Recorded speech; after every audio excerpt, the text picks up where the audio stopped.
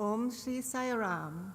I'm offering my most humble pranams at the divine lotus feet of our ever-present and beloved Lord, invoking Bhagawan's presence and benedictions today on the occasion of celebrating Christmas here in Prasanthi Nilayam. Respected elders, dear sisters and brothers, my loving wishes to all of you and your families for a blessed and Merry Christmas full of joy. Dearest Swami, I offer my talk to you at your divine lotus feet. My name is Angelica, I'm from Germany, and I would like to share some experiences about Jesus, Swami, and Christmas with you. When I was a child, my heart was full of love for Jesus, and no bad weather like heavy rain or snow could keep me away from going to church to be close to Jesus. When I grew older, in the teenage age, I slowly lost Jesus, being very much attracted to the Western lifestyle, and even my parents couldn't keep me away from it. Fortunately, because of their integrity and human values, I finished fast and good my studies and became a teacher. I loved my profession. Working with children, motivate them was wonderful. So I forgot about Jesus. I led a very worldly life, traveling a lot in my holidays, enjoying music, dancing, concerts, theater, and art. I was convinced to be my own God, the director of my life. The love for Jesus I only remembered on Christmas, the festival of love and unity, when Christ is born. Christmas is in Germany a very quiet festival, celebrated in the families with a Christmas tree, gifts under it, traditional food, and going to Christmas Mass together. It is the time when days are getting longer again and nights shorter. The light comes back. Here in India, sunrise and sunset is not changing very much throughout the year. But in Europe, the shortest night and the longest day is in June, and the longest night and the shortest day right before Christmas. So Jesus is bringing back to us the light. When I was in my late 30s, I started to think about the sense of life. I had a good job, I had my dear parents, but something was missing in spite of all distractions. Joy was only there for a short time, gone. Then I needed something new. So one day, a colleague invited me to a seminar called Mental Training to become a medium. I was interested, and we went together to Hamburg. She told me also that we didn't need to stay in a hotel, as a friend of her let us use her apartment. The first day, we learned a special breathing technique to go into our subconsciousness. It was quite easy for me, and so the next step was to set up a room in the subconsciousness for our guide. So I put, to make it comfortable for my guide, a wardrobe there and a hanging swing. Then the door of the wardrobe opened and my guide came out, and it was Jesus. He came towards me and sat in front with the back to me, and I was completely shocked. After so many years, I had denied him, forgotten about him. Tears were rolling down. I was completely overwhelmed. But suddenly, the door of the wardrobe opened again, and a second person came out, completely unknown to me. I never had seen before. Dark skin color, amazing looking hair, long orange robe, with an incredible smile. sitting down in front of me in the swinging chair. So I asked, with whom of you two shall I work? And the unknown person answered, don't worry, we will give you the same answer. This evening, we went to the apartment of my friend, and when I entered, I saw a huge photo on the wall hanging of exact the person who came out of my wardrobe in my subconsciousness today. And I asked, who is this? And my friend said, this is Bhagawan Sri Sathya Sai Baba. He is God and he lives in India.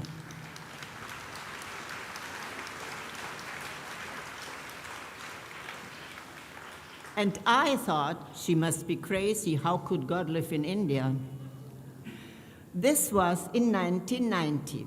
So for the next 3 years, I worked with Swami. Many people came who had problems, needed help, advices. I asked him, he answered. And slowly, in me was rising the desire to meet him personally.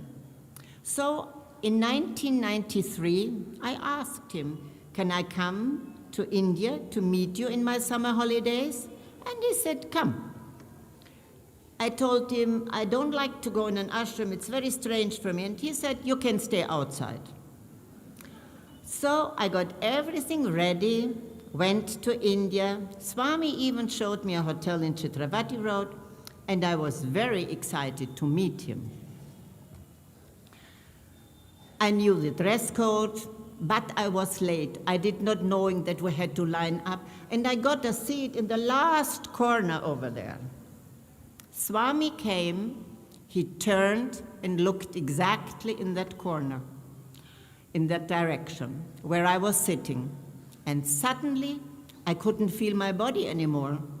I could think, my mind was working, but I had no body. This went on until Swami finished his darshan and went inside the Mandir. Then my body was back.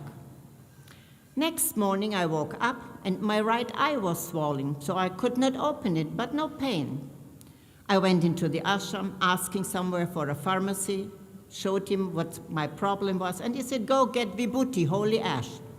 Okay, so I got vibhuti, put it on my eye. Next morning, eye problem solved. Left eye closed. So in the evening, same, I put vibhuti on it, eyes perfect. So when I was asking him something now, he kept quiet. He didn't answer anymore. So the easy time of asking and answering was gone. Daily something happened I could not explain with my scientific trained mind. And I didn't understand at all that Swami was working on my ego. But there was this feeling of his incredible unconditional love that was so strong, I never felt it before. But somehow it reminded me of my childhood, the love of Jesus. This was what I was missing all these years, and nobody could give me except God. My body was hurting. I was not used to sit on the floor for so many hours, but all the pain was gone when Swami came. Only pure Satchit Ananda was there. And this feeling of his love for me is still here immediately now after the pandemic, so long we couldn't come here. When I entered the ashram, the feeling of love was coming back. And when, of course, I go into the Kuwait Hall, it's incredible strong. Your mind is getting quiet, all your problems are getting smaller and even disappear. In 1993, I knew I always would come back here to recharge my batteries for living in the West. When I got back, I started to read a lot about Swami. I changed my way of teaching, never again a burnout, and studied yoga. I had no idea in this time that Swami was throughout my whole life me guiding, directing, and protecting, never forcing, but giving me again and again and again opportunities to learn. From beginning, for me, Jesus and Swami was one. And with every difficulty, faith was growing, bringing me closer to him. When Swami was in his form, I never had the chance to come to Prasanthi during Christmas because I was working and I had to take care of my parents. Since 2014, I can come and celebrate Christmas for me. Here, for me, is the real Christmas, the manifestation of God's unconditional and universal love for all mankind. The Bible says, the Word became flesh and lived among us.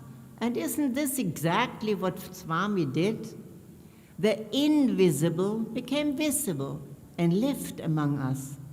We could experience it with all our senses. And he showed us that the whole world is one family, that all of us, we are brothers and sisters, one human community, praying, singing, living together in freedom, hope, understanding, respect, joy, and love. So the message of Christmas and the invitation for all of us is surrender, devotion, bhakti. With God, nothing is impossible, and to believe in the impossible is to live in the light of God. And this is Christmas. God is love and is here, real and present in every one of us. And let it give birth into the world and transform this world into a better one. So may the blessings of Christmas be with all of you by surrendering unto Swami's lotus feet. And let us live his messages, love all, serve all, help ever, hurt never. Thank you very much. Jai Sai Ram.